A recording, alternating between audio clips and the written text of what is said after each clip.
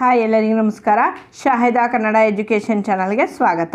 2026 April ತಿಂಗಳ ಪ್ರಚಲಿತ ಮಾಹಿತಿಯನ್ನು ತಿಳಿದುಕೊಳ್ಳೋಣ. ಪ್ರಶ್ನೆ ಸಂಖ್ಯೆ 1. 2026ರ ವಿಶ್ವ ಪರಂಪರಾ ದಿನದ ಥೀಮ್ ಯಾವುದು? ಉತ್ತರ ಸಿ.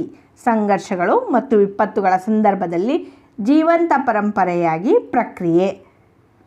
ಏಪ್ರಿಲ್ 18ರಂದು ವಿಶ್ವ ಪರಂಪರಾ ದಿನವನ್ನಾಗಿ ಆಚರಿಸಲಾಗುತ್ತದೆ. ಪ್ರಸ್ತುತ ಭಾರತದಲ್ಲಿ 44 ಯುನೆಸ್ಕೋ ವಿಶ್ವ ಪರಂಪರೆ ತಾಣಗಳಿವೆ. ಪ್ರಶ್ನೆ ಸಂಖ್ಯೆ 2. IMF ಮತ್ತು ವರ್ಲ್ಡ್ ಎಕನಾಮಿ ಔಟ್ಲುಕ್ WEO ವರದಿಯ ಪ್ರಕಾರ ವಿಶ್ವದ ಅತಿ ದೊಡ್ಡ ಆರ್ಥಿಕತೆಯ ಪಟ್ಟಿಯಲ್ಲಿ ಭಾರತದ ಸ್ಥಾನ ಯಾವುದು? ಉತ್ತರ ಡಿ. 6ನೇ ಸ್ಥಾನ. ಅಮೆರಿಕ, ಚೀನಾ, ಜಪಾನ್, ಜರ್ಮನಿ ಮತ್ತು UK ದೇಶಗಳ ನಂತರ ಭಾರತ ವಿಶ್ವದ ಅತಿ ದೊಡ್ಡ ಆರ್ಥಿಕತೆ ಪಟ್ಟಿಯಲ್ಲಿ ಸ್ಥಾನವನ್ನು ಪಡೆದುಕೊಂಡಿದೆ. ಮುಂದಿನ ವರ್ಷಗಳಲ್ಲಿ ಭಾರತವು 5ನೇ ಸ್ಥಾನಕ್ಕೇರಬಹುದೆಂಬ ನಿರೀಕ್ಷೆ ಇದೆ. ಪ್ರಶ್ನೆ ಸಂಖ್ಯೆ 3. 2026ರಲ್ಲಿ ಪರಿಚಯಿಸಲಾದ 131ನೇ ಸಂವಿಧಾನದ ತಿದ್ದುಪಡಿ ಮಸೂದೆ ಯಾವುದಕ್ಕೆ ಸಂಬಂಧಿಸಿದೆ? ಉತ್ತರ ಬಿ. ಲೋಕಸಭಾ ಸ್ಥಾನಗಳ ಪುನರ್ವಿಭಜನೆಗೆ ಸಂಬಂಧಿಸಿದೆ.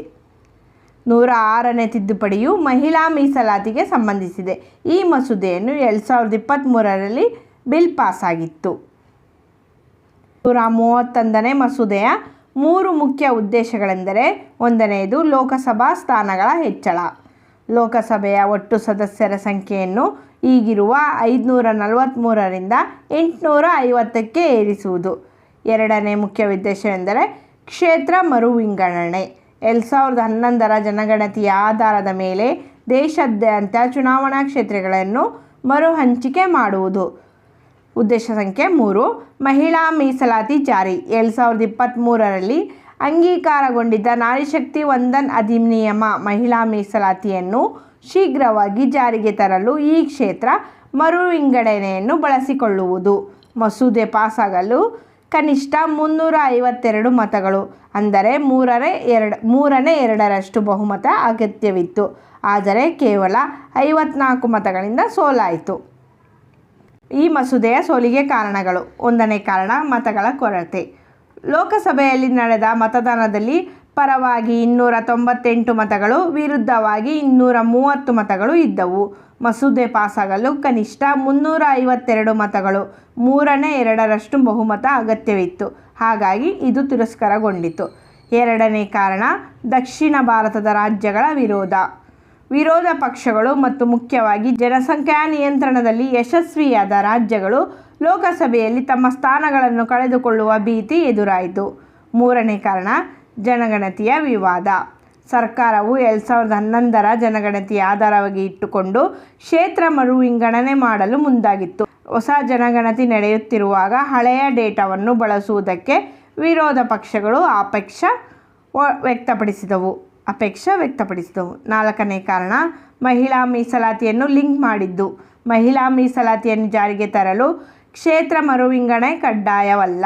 ಸರ್ಕಾರವು ರಾಜಕೀಯ ಲಾಭಕ್ಕಾಗಿ ಇವೆರಡನ್ನು ಒಟ್ಟಿಗೆ ಸೇರಿಸಿದೆ ಎಂದು ಪ್ರತಿಪಕ್ಷಗಳು ಆರೋಪಿಸಿದವು.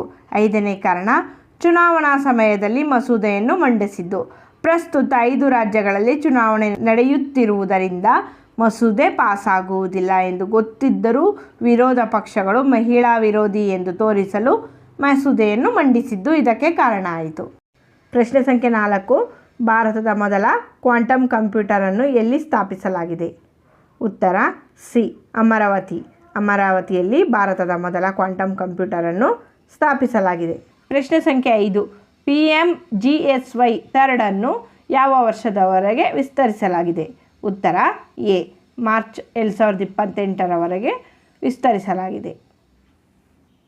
ಸ್ನೇಹಿತರೆ, PMGSY ಎಂದರೆ ಪ್ರಧಾನಮಂತ್ರಿ ಗ್ರಾಮ್ ಸಡಕ್ ಯೋಜನೆ. ಈ ಯೋಜನೆಯನ್ನು 2019ರಲ್ಲಿ ಜಾರಿಗೆ ತರಲಾಯಿತು.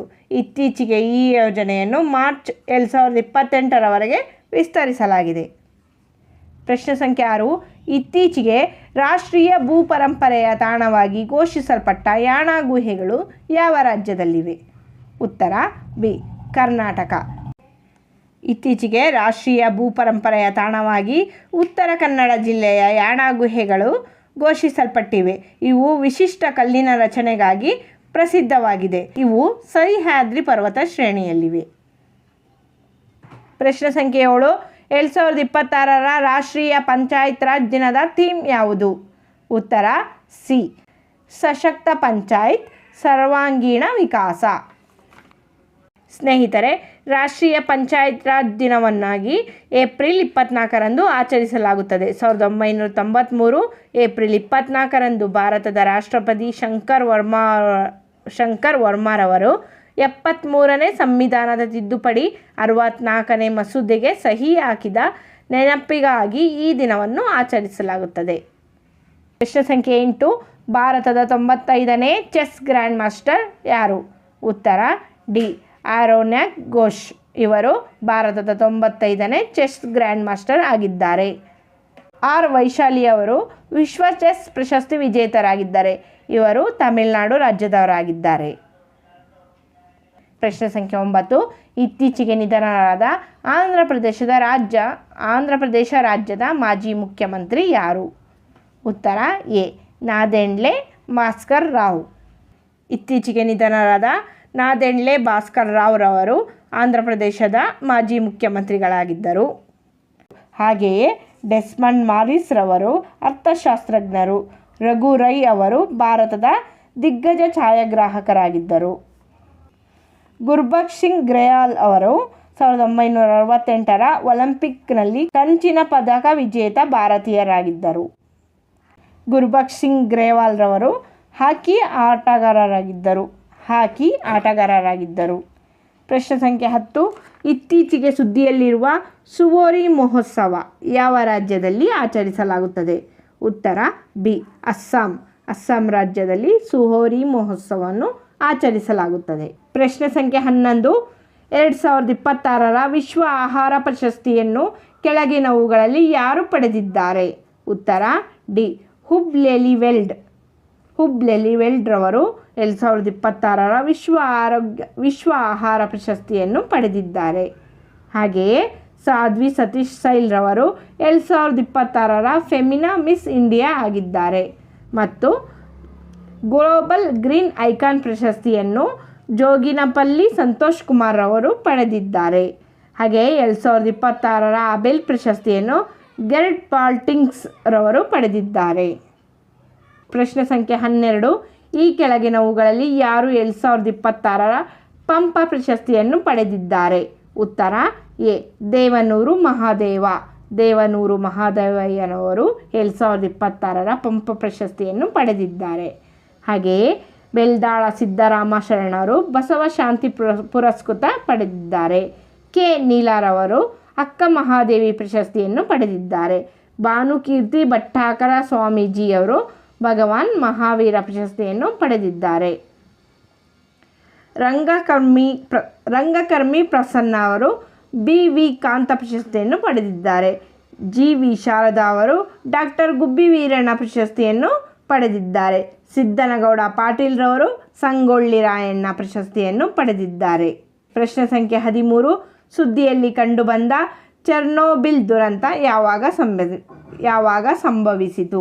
ಉತ್ತರ ಸಿ, 1986ರಲ್ಲಿ ಸಂಭವಿಸಿತ್ತು. ಸುದ್ದಿಯಲ್ಲಿರುವ ಚೆರ್ನೋಬಿಲ್ ದುರಂತವು 1986 ಏಪ್ರಿಲ್ 26ರಂದು ಉಕ್ರೇನ್ನಲ್ಲಿ ಸಂಭವಿಸಿತು. ವಿಶ್ವದ ಭೀಕರ ಅಣು ದುರಂತವಾಗಿದೆ. 2026ಕ್ಕೆ ಇದು 40 ವರ್ಷ ಪೂರ್ಣಗೊಂಡಿದೆ. ಪ್ರಶ್ನೆ ಸಂಖ್ಯೆ 14. ಸುಮಾರು 13,000 ಕೋಟಿ ಮೌಲ್ಯದ ಬೃಹತ್ ಅಣಬೆ ಮಿಷನನ್ನು ಯಾವ ರಾಜ್ಯ ಸರ್ಕಾರ ಆರಂಭಿಸಿದೆ? ಉತ್ತರ ಡಿ, ಆಂಧ್ರ ಪ್ರದೇಶ ರಾಜ್ಯ ಸರ್ಕಾರವು ಸುಮಾರು 1300 ಕೋಟಿ ಮೌಲ್ಯದ ಬೃಹತ್ ಅಣಬೆ ಮಿಷನನ್ನು ಆರಂಭಿಸಿದೆ. ಈ ಉಪಕ್ರಮವು ರಾಜ್ಯವನ್ನು ಭಾರತದ ಅತಿ ದೊಡ್ಡ ಅಣಬೆ ಉತ್ಪಾದಕ ರಾಜ್ಯವನ್ನಾಗಿ ಪರಿವರ್ತಿಸುವ ಗುರಿಯನ್ನು ಹೊಂದಿದೆ. ಸ್ನೇಹಿತರೆ, ಆಂಧ್ರ ಪ್ರದೇಶದ ಹೈಕೋರ್ಟ್ನ ಮೊದಲ ಮಹಿಳಾ ನ್ಯಾಯಮೂರ್ತಿಗಳಾಗಿ ಲಿಸಾ ಗಿಲ್ ರವರು ಪ್ರಮಾಣ ವಚನ ಸ್ವೀಕರಿಸಿದ್ದಾರೆ. ಪ್ರಶ್ನೆ ಸಂಖ್ಯೆ 15. ಭಾರತ ಮತ್ತು ನ್ಯೂಜಿಲೆಂಡ್ ಇತ್ತೀಚೆಗೆ ಯಾವ ಒಪ್ಪಂದಕ್ಕೆ ಸಹಿ ಹಾಕಿದೆ? ಉತ್ತರ B, FTA free trade agreement.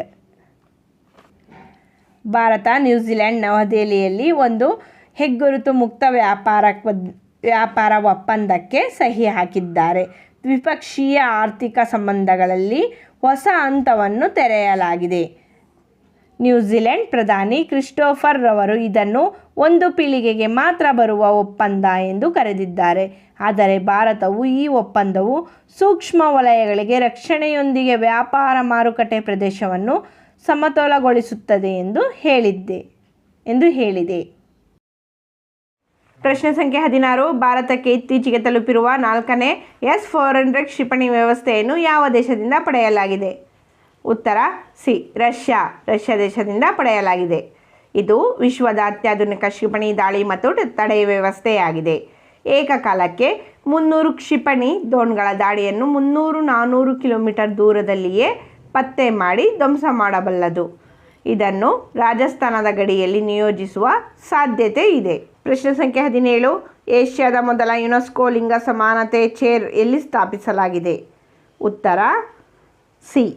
Symbiosis ಅಂತಾರಾಷ್ಟ್ರೀಯ ವಿಶ್ವವಿದ್ಯಾಲಯ, ಪುಣೆಯಲ್ಲಿರುವ ಸಿಂಬಯೋಸಿಸ್ ಅಂತಾರಾಷ್ಟ್ರೀಯ ವಿಶ್ವವಿದ್ಯಾಲಯದಲ್ಲಿ ಸ್ಥಾಪಿಸಲಾಗಿದೆ. ಪ್ರಶ್ನೆ ಸಂಖ್ಯೆ 18. ಪ್ರಜ್ಞಾ ಎಂಬ AI ಆಧಾರಿತ ಚಾಟ್ಬಾಟನ್ನು ಯಾವ ಸಂಸ್ಥೆ ಅಭಿವೃದ್ಧಿಪಡಿಸಿದೆ? ಉತ್ತರ ಡಿ. DRDO ಸಂಸ್ಥೆಯು ಪ್ರಜ್ಞಾ ಎಂಬ AI ಆಧಾರಿತ ಚಾಟ್ಬಾಟನ್ನು ಅಭಿವೃದ್ಧಿಪಡಿಸಿದೆ. ಇದು ಡೇಟಾ ವಿಶ್ಲೇಷಣೆ ಮತ್ತು ನಿರ್ಧಾರ ಕೈಗೊಳ್ಳುವಲ್ಲಿ ಸಹಾಯಕವಾಗಿದೆ. ಅಭಯ್ ಎಂಬ AI ಆಧಾರಿತ ಚಾಟ್ಬಾಟನ್ನು CBI ಸಂಸ್ಥೆಯು ತನ್ನ ಕಾರ್ಯವನ್ನು ಸುಲಭಗೊಳಿಸಲು ಈ ಚಾಟ್ಬಾಟನ್ನು ಬಳಸುತ್ತಿದೆ.